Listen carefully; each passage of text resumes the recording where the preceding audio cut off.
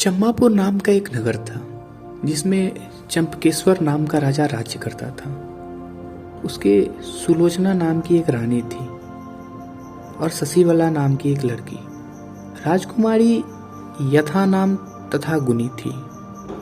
वह बड़ी हुई तो उसका रूप और निखर गया। उसके यौवन के चर्चे दूर दूर तक होने लगे। राजा और रानी को उसके विवाह की चिंता हुई।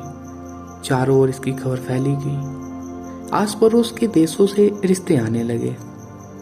दूर दराज के बहुत से राजाओं ने अपनी तस्वीरें बनवाकर भेजी, पर राजकुमारी ने किसी को पसंद नहीं किया। राजा ने कहा, बेटी कहो तो स्वयंवर करा दूं, लेकिन वह राजी नहीं हुई। आखिर में राजा ने तय किया कि वह उसका विवाह उस आदमी के साथ करेगा जो रूप, बल और ज्ञान इन तीनों में बढ़ा चढ़ा होगा। संयोगवश एक दिन राजा के पास 4 देश के 4 वर आए। वैशाली के राजकुमार ने कहा, मेरे जैसा रेशम का वस्त्र कोई तैयार नहीं कर सकता। मैं एक कपड़ा बनाकर 5 लाख में बेचता हूँ। इस विद्या में मेरे अलावा और कोई नहीं जानता।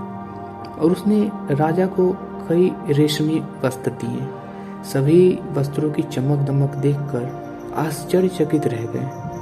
अवंती के राजकुमार ने कहा, मैं जल थल के पशुओं की भाषा जानता हूँ। उसके साथ ही मैं शरीर के सभी अंगों के बारे में भी जानता हूँ। राजकुमारी को भी शारीरिक कष्ट नहीं होगा। चोल देश के राजकुमार ने कहा, मैं शब्दबोधी तीर चलाना जानता हूँ।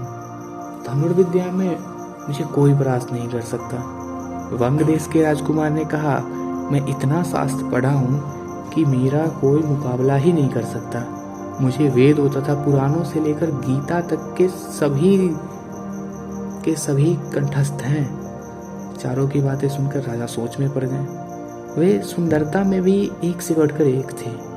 उसने राजकुमारी को बुलाकर उनके गुण और रूप का वर्णन किया, और वह चुप रही, कुछ भी नहीं बोला उसने। इतना कहकर बेताल बोला कि राजन, तुम बताओ कि राजकुमारी को किससे विवाह करनी चाहिए। नहीं बताओगे तो मैं तुम्हारी खोपड़ी फोड़ डालूंगा। सच में? विक्रम बोलता है, जो कपड़ा बनाकर बेचता है वह शूद्र है। जो पशुओं की भाषा तथा शरीरों के अंगों की जानकारी रखता है वह वैश्य है। जो शास्त्र पढ़ा है वह ब्राह्मण है। पर जो शब्दभेदी तीर चलाना जानता है वह राजकुमार का सजातीय है और उसके योग्य है।